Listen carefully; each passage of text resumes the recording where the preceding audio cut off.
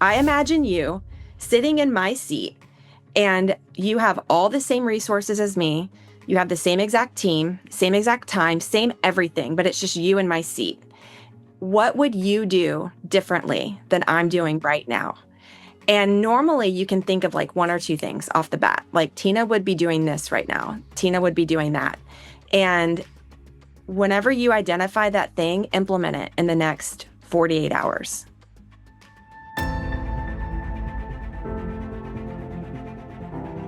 Wow, Rachel Cameron, take a seat in the suite.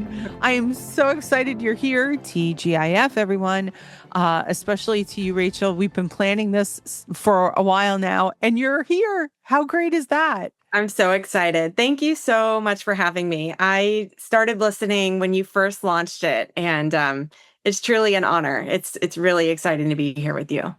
I love it, Rachel, that we're in the triple digits now. We're over 100 episodes, which is fantastic and phenomenal. So, really excited to have you here. You've got such a fascinating background, and we're going to get into that. But first, you are managing director of partnerships at Nitrogen, everyone that was formerly Riskalyze, in case you've been living under a rock. Riskalyze, Nitrogen, you guys have been a company that's been near and dear to my heart. Originally, when I started out in this industry, I was at an RA firm for almost 10 years, and Nitrogen was in our back pocket. And you helped us with new client acquisition and just your company, Aaron, Trisha, everyone there has just been phenomenal to work with. So for those listening, and we do have a lot of advisors and we've got a lot of non-advisors, but I think it's really fascinating for people to know who Nitrogen is today. You know, there's been such an evolution, there's been so much innovation, and how Nitrogen, the role that you play in and Nitrogen plays in helping advisors to achieve success. So I know that's a mouthful, Rachel. Yeah. Yeah. Well, I'm so excited to talk about Nitrogen because we really are doing a lot of really cool things. And I'm super bullish on the position that we have in the marketplace. So we changed our name from Riskalyze to Nitrogen because we help advisors grow their practice. So Nitrogen is the element that helps all living things grow. And we really want to be the platform that helps advisors grow their business. And so the evolution of Nitrogen is really about being more of a specialized planning platform. We're purpose built with AI, and we're designed to let advisors shine in meetings with their clients. So what that means is we're kind of made up of a lot of different things now. So of course, Riskalyze, still a very core part of our platform. We're still the market leader in risk analytics and portfolio analytics. And we have new products that supplement the risk process. So the new products all around specialized planning, including standalone investment research, we have income planning, we have a tax planning product, and now a meeting note taker that sits on top of all of it. And really at the core and the ethos of what we do with all of those and what we mean by helping advisors shine in meetings with clients is we're purpose built to be designed really well and made to be seen in client meetings. So we want advisors to be able to swivel their monitor and not their chair whenever they're in the platform. Anything they need to have a really impactful, conversation with their clients with really compelling visuals, we are right there with them. I think that's great. And for those of you listening right now that are very visual like me, you can head over to nitrogenwealth.com. We'll have a link in the show notes and you can really see an example of this. Rachel, I loved it when you said swivel the monitor, not the chair, when we had our conversation prepping for this.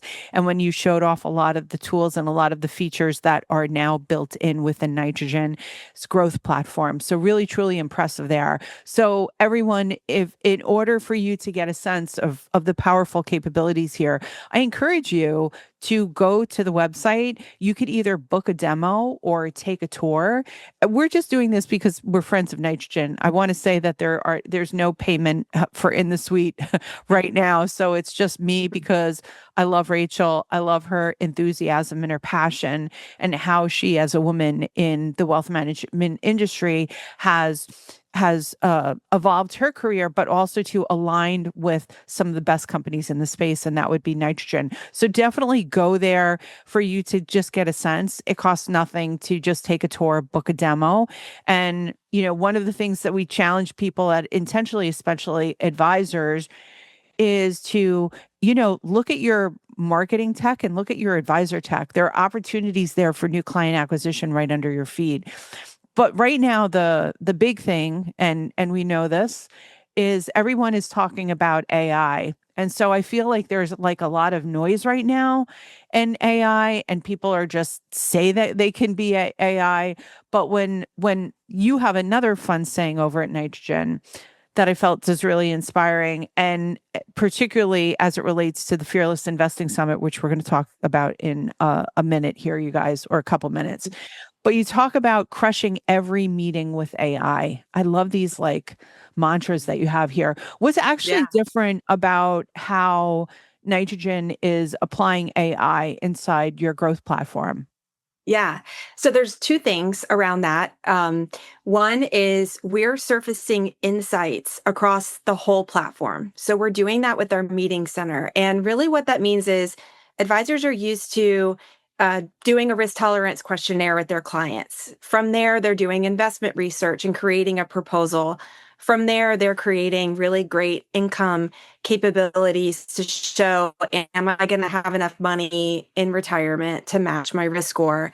Then we've added our tax center capability, and tax center is awesome to provide some snapshots, some really great visuals around what they did last year and what they could do better next year. So the meeting center allows to pull insights across all areas of that platform to create a one-page client brief about the client.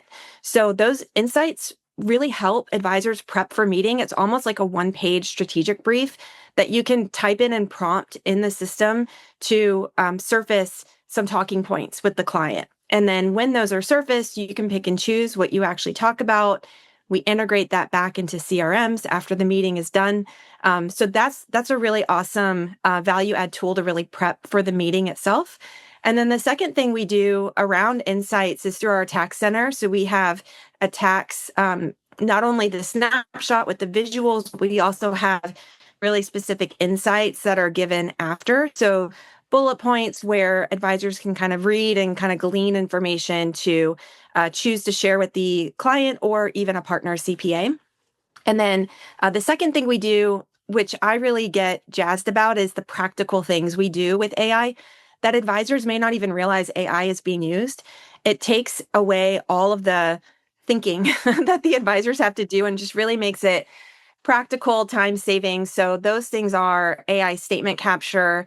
So advisors can click and drag PDF statements into a proposal or into an account, and helps build that account from a PDF statement, which is great, huge time saver for our advisor clients.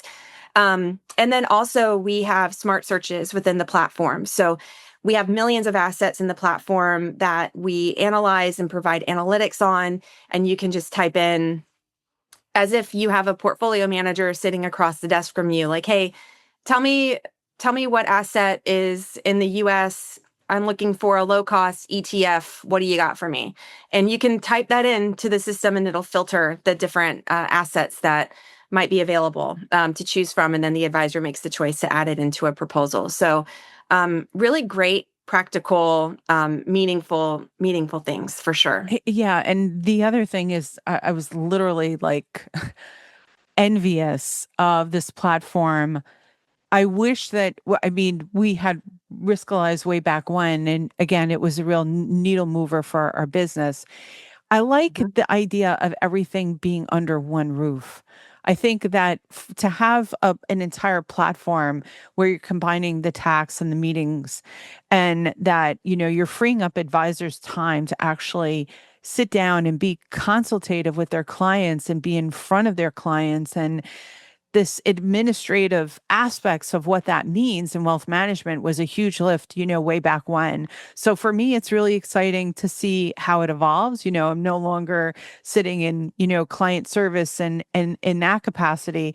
But for people who are, I think it's really exciting to see evolution. And AI, we see this in marketing too, Rachel. It's there, but it's like, it needs to be embedded if you're going to have a software technology. A big shout out to my business partner and our CEO founder, Kelly Waltrick, for Advisor Brand Builder, that also has components with AI. But it's just like it feels like AI is just table stakes. Like, it's, what are you Mhm. trying to achieve in your business? That's the most important thing. What problems are we solving for, and what solutions do you provide directly to address those problems? So again, guys, Nitrogen Wealth, I know I sound like a commercial because I am right now. It's really Yeah. worth an investment in your time. And I really see AI, you're right, it's a huge buzzword. It is table stakes. And when I was at Black Diamond heading up the integrations program, that the buzzword then was integrations. Every platform was trying to integrate with each other. And advisors very quickly and very smartly were able to suss out which integration actually drove impact, value, time saving. It was really obvious when platforms touted a deep integration, but it ended up just being a single sign-on just to help you log in. There was no data exchanged. And I see a lot of parallels with that in the AI world, where AI can be used as a buzzword on top of maybe subpar different things that AI is doing. And you really have to uh, meet advisors where they are. They're smart. They know what's going to actually save them time, or maybe make even more thinking exercises to create discernment around like what you're doing. So if you're surfacing that in a really easy, smart way that takes out a lot of that critical thinking that you can use in other areas of your business to drive more impact, then I think you've really made a great thing.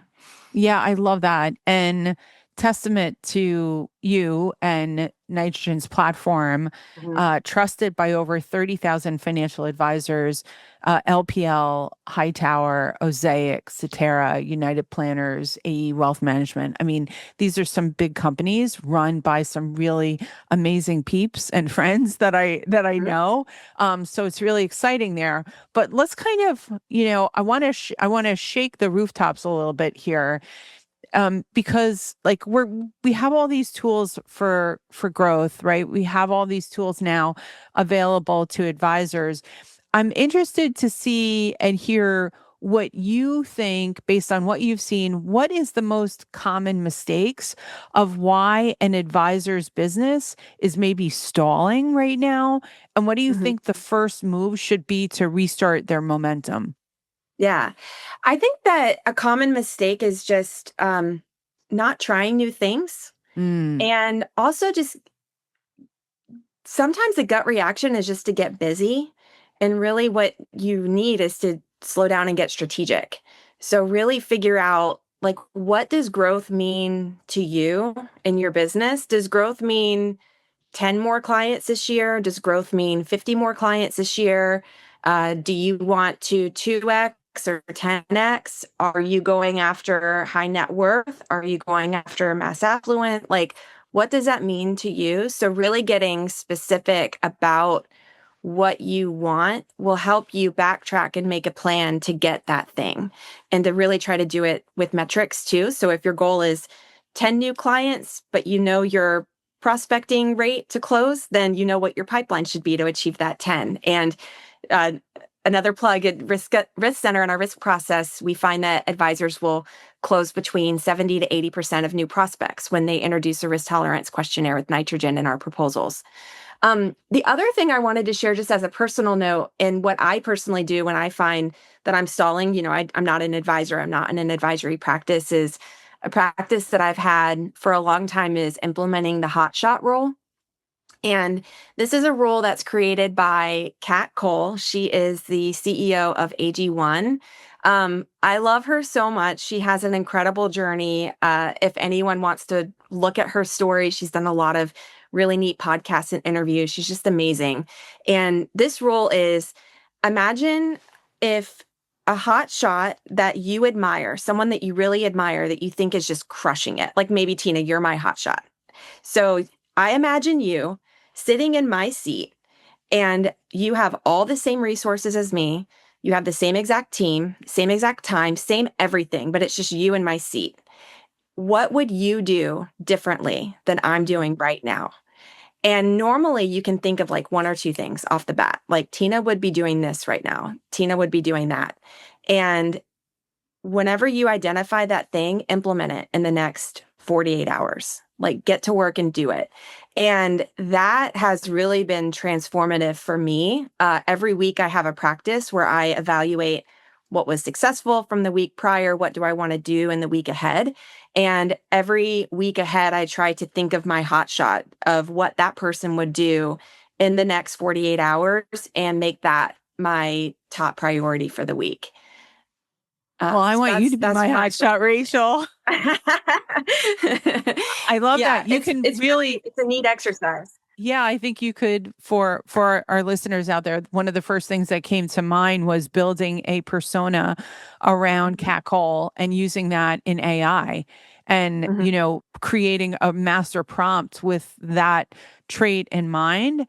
And then I think that you'd be getting some really good answers to it. I really liked your emphasis being on more strategic. And I want to just pause for just a second on that.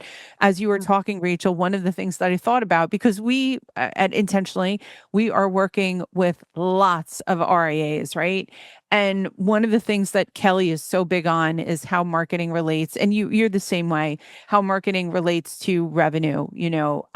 It's not its own, fragmented department. It is directly correlated and connected to revenue. So with your whole proposal software within Nitrogen's platform, if I were still working in our RIA, my goal for 2026, if I were going to try to kick up a momentum for growth, is I would give myself a minimum amount of proposals that I would run, right? Mhm. And a minimum amount of risk scores that I would do, a minimum amount of tax analysis that our company would do. And then to, increase the closing percentages of those things, but directly look at those numbers, and you could back into that with all your social campaigns and your email campaigns and your prospecting campaigns and your sales enablement. You could start putting QR Mhm. codes on your sales enablement to be like, hey, take a look here and take a look there. So it really is about backing into a number and having a systemized system for growth, and then, augmented by some great feedback and knowing thyself. So that's really great advice. Yeah, I haven't checked out Cackle in a while. So Mhm. I'm excited for that. Thank you. Yeah. That's a really good tip, Rachel. Yeah. Another thing, you guys, which is one of the most incredible things for me, is the Nitrogen Fearless Investing Summit. Yes, yes, yes. Happening February 18th to 20th at the Hyatt Regency in Denver. This episode will actually launch before that. You guys, there's over 15,000 attending from all 50 states, multiple countries. This is, I think, one of the biggest events that's actually going to really kick off our 2026. And you guys know I'm on the event circuit. Rachel's on the event circuit. Actually, the last time that we saw each other was in Denver at Schwab, right? Yeah. Mhm. You're not only going to be there, I'm not only going to be there, but I feel like there should be a little mini drum roll here, guys. Josh Brown, Eric Clark, Michael Kitsis, Aaron Klein, who's now the founder of Contio. Wow. Like a total star-studded lineup. I'm fangirling all these guys here, and gals, right? What are some of the highlights that you're most excited about? Like, what's going to make this year's event different from last year? Yeah. Oh man, I have been so lucky. One of the unexpected perks of joining the team was having such a heavy hand in really crafting the main stage and the agenda for Fearless. I This will be my fifth Fearless. Um and first as a Nitrogen employee. So I'm super excited to be on this side of the fence. just with the team. Yeah. And isn't that crazy? The fifth Fearless, it was 4 in person, 1 virtual. So I have, yeah, I have a lot of experience. So I actually think we met, I don't know if you remember this, but we shared an elevator at a Fearless and I complimented you on your hair. And I think that was one of the first interactions that we had at a Fearless. But because I've had such a heavy hand in, you know, choosing all the main stage speakers, I really feel like they're my children. It's really hard to pick a favorite. You Yeah. Yeah. mentioned a lot of the standout and highlights. I really love a panel. I'm excited about your panel and all the people that we picked to be in the panel. Tim Welsh is doing a great debate session. That'll be really fun. It's 2 people going head to head with each other Ooh. to answer questions. Yeah. So I'm personally really excited about the intentionality we've had this year about the choosing speakers who are both inspirational, motivational, have been in the seat with a lot of our audience, and they can really, speak right to the people where they impact every day. So it's a lot of folks with direct impact. I always personally look forward to the nitrogen keynote. We have a lot of really great things in our roadmap that we're going to be announcing. And in the age of remote work, I'm just excited to see a bunch of people in person and a lot of my teammates. But ultimately, we're excited to have the event be inspirational, practical, key Mhm. takeaways. We have a lot of CE credit, and there's just a warmthness about Fearless that I've always enjoyed coming back to.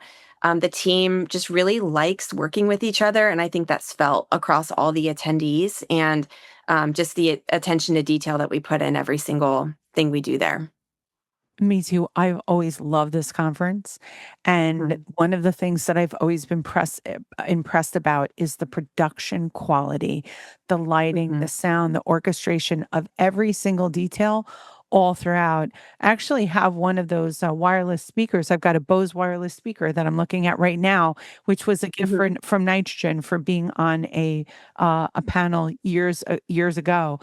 So Oh, there's I a love that. lasting impression there, but I'm really excited about our CMO panel. And ladies and gentlemen, that is happening Friday, February 20th, 2026 at 10:15. Get a sense of this dream team. Here we go. Samantha Allen is on the panel. She's from Merit Financial Advisors. You all know her. Tony Steach from Moran Wealth. He's going to be on there, and Billy Oliverio from United Planners. I mean, these are not only people in the industry that I respect, but they're friends. So we like anticipate just being Mhm. very candid with each other.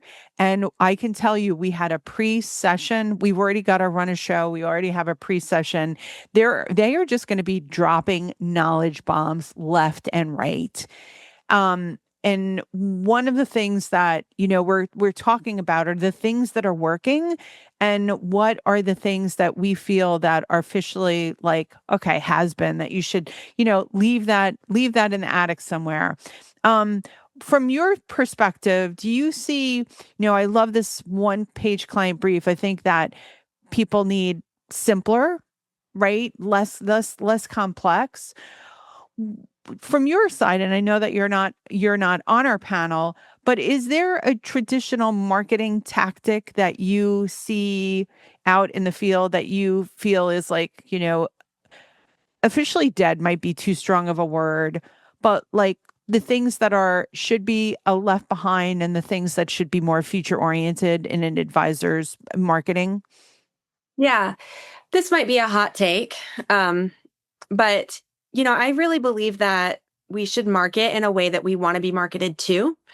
And finances are just so personal. And um, perhaps there's also some recent discussion around just using AI to prospect. And what does that mean? Is it too much noise? How do we get specific about it?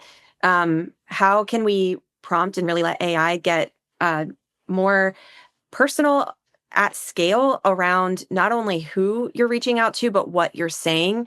So there's some discussions around that's not really it's not really that quite there yet. And I know for me personally, I'm deleting a lot of emails that I'm getting because you can just tell that they're written by AI. They're using some system. They think that I'm in Auburn, California. Really, I'm in Jacksonville, Florida. They're messaging me about uh, vacuuming and cleaning my carpets.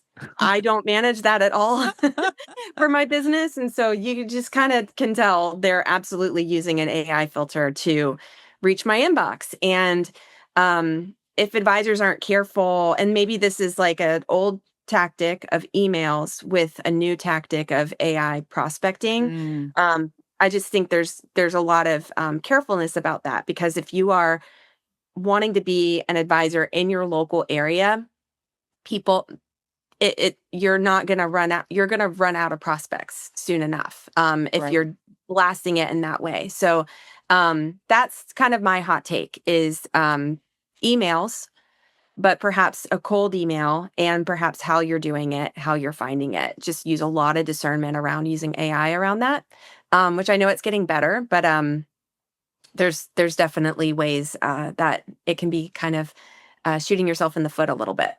Yeah, and it should be further customized. Like AI, there always needs to be a human in the loop. Hmm. That's literally a term. And the other term that I think is quite relevant to this conversation is AI slop. And Yes. so the overabundance and the deluge of content being out on the internet and most of it being AI slop. I listened to a podcast by the New York Times called Hard Fork. And so they are always talking about like the latest tech evolution. They have interviews with some of the CEOs of the hottest tech firms, particularly in Silicon Valley. But AI slop is a big thing that the industry is probably going to see more of in 2026 because people think that they could just write a blog or write an email with ChatGPT, which you can, and there's nothing wrong with that.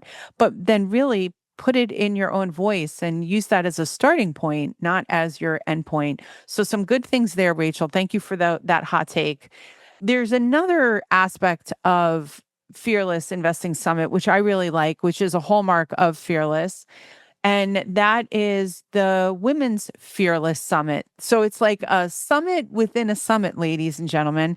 And I've had the chance to attend many years before. It's not just women, it's men too, because we love our male counterparts. A lot of us have actually had great careers in this industry because a fellow male colleague has opened a door, made an introduction, sponsored us when we weren't in the room. At least that's true for me, maybe for you too. But what can we expect about Women's Fearless Summit this year? What feels like especially what are you excited for? And you guys, you should definitely attend this event within this event. Yeah. Well, thank you for plugging that. I'm really, really excited about this event this year. Historically, we've had our friend Cheryl Hickerson with Females in Finance host. She has done a phenomenal job and created just a really nice brand within the brand for us at the event and a lot of value for women. And so since, the uh, Females in Finance, she decided to close it this year. We have all the respect in the world for Cheryl. So now we're partnering with the Women's Leadership Alliance, and they are made up of advisors from all over the country. They are a marketplace partner to Nitrogen, and they just do a phenomenal job with hosting a lot of regional and virtual events for women all around the country. They have virtual events, in person. There's a big community around what they offer to advisors, and it's advisors of all shapes and sizes. So it's women who have been in practice for 30 years and have already retired, and now they're advising junior advisors. It's designed to empower and embolden, also to create an advocacy for attracting and developing new talent for women to the profession. So we're partnering with them this year. There's a bit of a rebrand on the title of the event, but same heart and spirit. It's called Fearless Women Bolder Together. And Ooh. yeah. And so they have 4 hours pre-show from 8:30 in the morning to 12:30 on Wednesday, which is the day that we kick off our conference at 1 p.m. So this will be all leading up to that. And they have Carrie Carbonaro, who's going to be keynote speaking. She's an incredible thought leader and advocate for women, built a brand around females in finance as well. And then there's also a session that's led by their executive director, Stephanie Goulardi. She's really incredible, very inspirational, just leader, and does a lot around wellness and entrepreneurship and leadership. So the whole event is designed to inspire. It's designed for community and connection, and really, again, that practical, what's my next step? How can I level up my practice? And doing this in, the context of being a woman in financial services. There are so many powerhouses that are attached to that organization, you guys. I had the opportunity and privilege to be at a women's leadership event last year in New York City. And Penny Phillips was there, Nina Stibbs, you know her as Nina O'Neill. She's Yeah. on their board of directors. And Sherry Stevens from Stevens Wealth Management was one of their founders. This is an incredible group of women who are from all aspects of the industry who I felt really supported and really empowered by their event. I can't wait till they do another one in New York City. So I'm really happy. And of course, a tribute and shout out to Cheryl Hickerson for actually starting and kicking off this momentum at Fearless. And now for the Women's Leadership Alliance to be championing it as well too. I think that's great. I'm glad to see that there is this next evolution. But, we also, there are some people that are probably looking to join other advisory groups. So Women's Leadership Alliance, you and I, the last time that we talked about it, we also talked about the Raymond James Women Financial Advisors Network too. So some really Mhm. strong advocacy groups for women and people listening. So whether or not that you're at Fearless Investing Summit, or you maybe even you're just listening to this podcast and you're not able to come, don't you think, Rachel, that people should still look into these organizations? There's a great benefit to joining. Yeah, absolutely. I mean, I know you have a lot of personal experience with just community is everything. Finding people who are like minded, who have had a similar experience, who are either at the same place, have facing the same problems, or being able to ask from someone else who has been there before and can really guide them. It's a wonderful way to find mentors. January is mentorship month, like National Mentorship Month. So within these networks, it's just so I've personally benefited a lot from finding these communities of people who can give advice and to help really get yourself to the next level or solve a problem that you need to solve or really just do life with. I mean, if you're a solo advisor and you're kind of working alone and maybe you're working remote, you're not really seeing a lot of people. Um, Communities can really feel like an extension of your own practice and really feel like coworkers in a way. I personally love meeting with other partnership professionals because often we are the only ones in our companies doing what we do. And so it's really great to talk to other people doing what I do, working with similar partners or the same partners, share ideas, share contacts, share, you know, next steps with each other just to help each other. And just in the context of being a woman, we're still the minority in this space, still very much a man's world. And it's not uncommon to be the only woman in a Zoom call full of men, which there's nothing wrong with that. I've personally had a lot of great male mentors throughout my career. But there's just something different about being completely like minded with someone and perhaps going through similar challenges with someone else that you can really be candid with and be helped by. Now, you've worked at a lot of different environments. You've worked at SNC Avent, you've worked Mhm. at DPL, I'm wondering, do you have advice for women in in their 40s usually, looking Mhm. to pivot into a leadership role within the wealth tech space? I love when our In the Suite episodes kick off at the beginning of the year because I think that people are either they've made a move, Rachel, or they're thinking about the move because the beginning of the year and the end of the year is really time for personal and self reflection. Mark and I just got back from over the break, we did a wellness retreat, and we did meditative yoga and we did chanting, and then we did just really some self reflection. We were in a very quiet, almost like crazy quiet Mhm. environment. But do you have any advice? You've made a lot of great decisions in your career. What would be your advice to those women listening, particularly if they haven't made a move yet? How do they Yeah. evaluate it and go about it? Yeah, well, thank you for that compliment. One thing that's really served me well is just being someone who other people want to work with. Mm, And I really try to make all my decisions based around, would someone else appreciate this decision that I've made? Does this lend myself as being someone who others want to do business with, want to ask a question about, want to maybe start discovery or explore something? Am I being helpful? One thing that one of my mentors shared with me a long time ago that I really keep as a personal mantra is, people want to work with who they like, who they trust, and who has knowledge, but it's always in that order. So if you're not liked, then no one's going to give you a chance to trust them and do business together. You're not going to get a seat at the table to have lunch with or have, happy hour, like chit chat with. And that really, that we're in a relationship business in wealth tech. It's all about who you know and who you're connected with. There's a lot of people who love to lift each other up and give each other opportunities, that might not be a job rec on a website. So um, that's the best way that I've really been intentional about building my network, is being someone who people like and who they trust.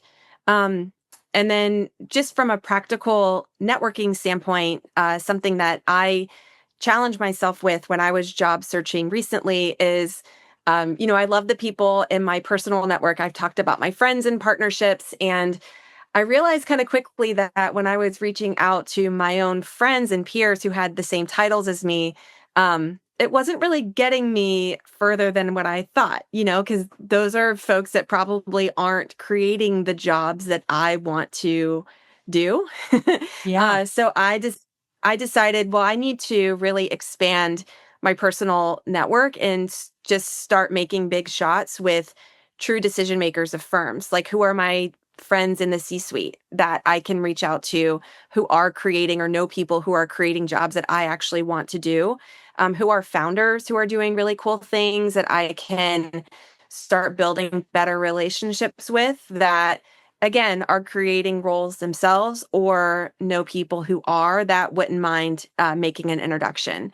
So those are things that I think the gut reaction is, of course, go to your network, but try to think outside of who is actually making connections in ways that would um, create an opportunity that you would want to do, and also reach out to someone who you actually would want to work with and can learn from.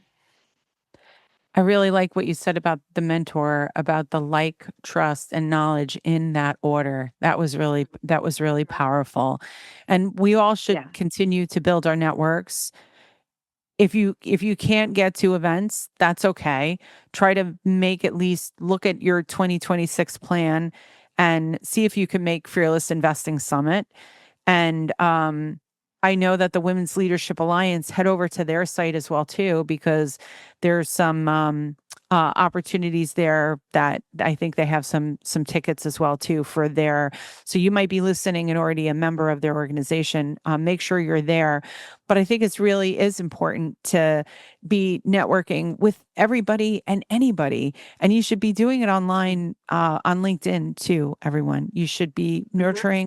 You should be on LinkedIn at least once a day. Make a connection or two. You don't have to make it you don't have to be there for hours upon hours, but one or two connections. I actually have a call with someone that I just made a connection request with. And I think people are wanting to take calls and wanting to just expand their own network. So it's gotten less salesy and less cheesy and more your word strategic. So I like that.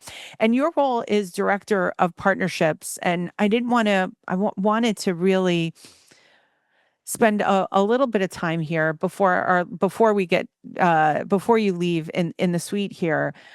But what does a good partnership look like? You've been able to land this particular role Mhm. multiple times, right?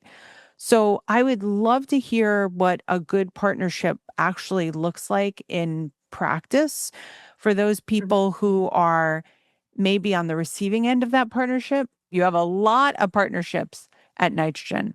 Yeah, we do. And I've been very lucky to inherit a lot of the partnerships that we've had. And there's so many things you can do to build and make a good partnership. The thing that I get most energized about, and when I'm creating a partnership for the first time, is priority one, it has to give clear value to your client. If there's no value to the client, if you can't just say what the value is in one sentence, it's not going to work because there to make a good partnership, and I've said this before on another podcast, things need to be firing on all cylinders. Product needs to be excited to iterate on it. Marketing really needs to be energized by it. Sales needs to be excited to share about it and bring it up. Service needs to be happy to support it, has to just work. It can't cause more problems. And so when you have all of those things firing on all cylinders and the advisor, the client has the clear value and they're getting a benefit from both companies working together. It could be as simple as a really impactful integration with the data share. It could be as impactful as or simple as maybe like a discount code with like just really clear value prop where people are, excited about what you're doing and they're saying, "Hey, I like really believe in this software and I really want you to look at it and oh, by the way, there's a benefit from you being here and working over there." So when you have just a really good product and a clear value prop, people want to bring up things that ultimately help others. And so when you're creating that's what makes a really good partnership in practice. And just from what I'm really intentional about going deep with my own partners is um, being present with them, Mm. showing up for them. I created a partner newsletter that I've been rolling out every single month since I joined Nitrogen. Because I realized that my contacts aren't the same as our clients, and they're not getting our client newsletter. And it's also not the same information as what our clients would need to see about our platform. It's good information, but it's not for them. So I create something tailor made for my partners that has information about not only what's new with nitrogen, but what can help them compliance wise. What are opportunities for events? Where are we going to be this year? How can we work together? What webinars do we have coming up as Nitrogen that might help their client base that they can share? So just different things that are helpful. And also it just helps me to get in front of partners that I might not be meeting with regularly, but at least they hear directly from me on a regular basis. And that's really helped them to keep up with different milestones at Nitrogen, different product releases that we're doing. And so that's been super helpful just for communication and just really going deep with partners and surfacing opportunities that we may not have otherwise uncovered. And I know I speak for Kelly, Joe, and Randy that intentionally is honored to be partnered with Nitrogen and that we have a lot of our clients who are already your clients. So we share a lot of clients in common. I just love that advice, you guys. I'm so excited that this conversation is recorded because I would just play that over and over again. That customized newsletter. Again, I think the way you think and the way you go into these relationships is so deep, Rachel, and so thoughtful and so intentional. We really, really love that about you. Thank Now, for our last couple of questions here, anything I know that, we can't do a spoiler alert. There are some announcements that have to wait for Fearless Investing Summit. But anything that you're particularly excited about the next 12 months? You know, it's the beginning of the year and 2026 is going to be a phenomenal year for Intentionally. I know a phenomenal year for Nitrogen as well. Yeah. Oh man, there's so many things to be excited about. I love the way that the team is just working together, that we really share the same goal and just know the impact we're making to our advisors. So many things I'm excited about that we've talked about before, and the way that we're consolidating or allowing advisors to consolidate their tech stack using Nitrogen. So I really am bullish about, there could be a world that we live in where an advisor, has a custodian partner, they have a CRM, and then they maybe, performance reporting if they want to Right. calculate returns, having a software that does that, and then literally Nitrogen for everything else. Yep. And so imagine a world where your tech stack is the Kitsis map, and there's just so much opportunity there. That Kitsis map just excites me. I've nerd out a lot in advisor tech.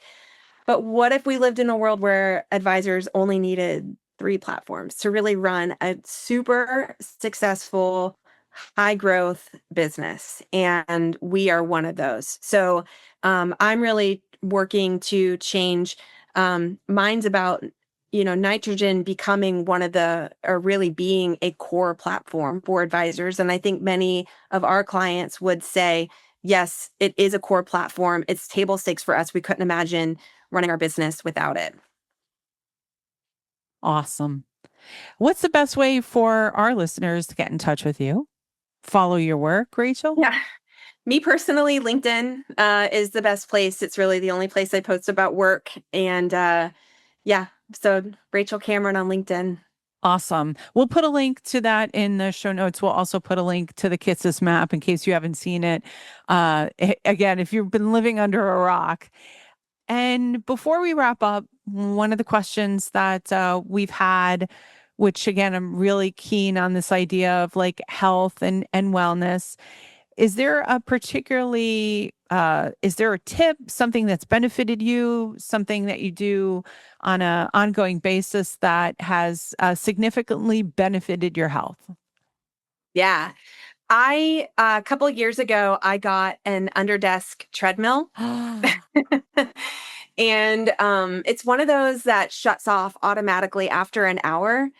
And I don't know about you, but I'm one of those people like on Chrome where I have 30 tabs up any given time of Totally. day. It's just like I just when I'm on my treadmill, I am able to focus a lot on what I'm doing. I don't like mind shift. So, especially when Wow. there's a project that I really need to just buckle down and do, I'll hop on the treadmill, walk it out, tell myself after an hour when this treadmill shuts off, that's when I'm going to stop doing it. And it really does help me to focus, but I'm also getting some fitness in at the same time. So it's helped, with steps, and it's helped like mentally focus too. So I really advocate for the underdesk treadmill. That's so cool. We've never had that answer before. And that's Oh, exactly good. what I bought my daughter for Christmas. I'm Mhm. so excited by that answer, Rachel. Yeah. It explains, your positive energy, your ethos, your fitness every time that I see you. And again, I hope everyone that's listening, I hope that I get to see you. Please like tap us on the shoulder if you've listened to this podcast episode or if you're connected with us on LinkedIn and you're actually coming to Fearless. Make sure that we know about it so that we could give you high fives and warm hugs. We're all just going to have a great time in Denver. It's a great time of year to have all this inflection of these great speakers, and a robust agenda that has been very thoughtfully prepared for the forward thinking modern advisor. Again, we share a lot of clients, Rachel, and these are the types of folks that, work with intentionally. What are we doing different in 2026? What are we breaking? What are we being bold about? And your conversation today helps to lean into those themes really heavily, as well as this event. So cannot wait to see you at Fearless. And we're so thankful for your time and your contributions today. This is a great Kickstarter for 2026. Thank you so much.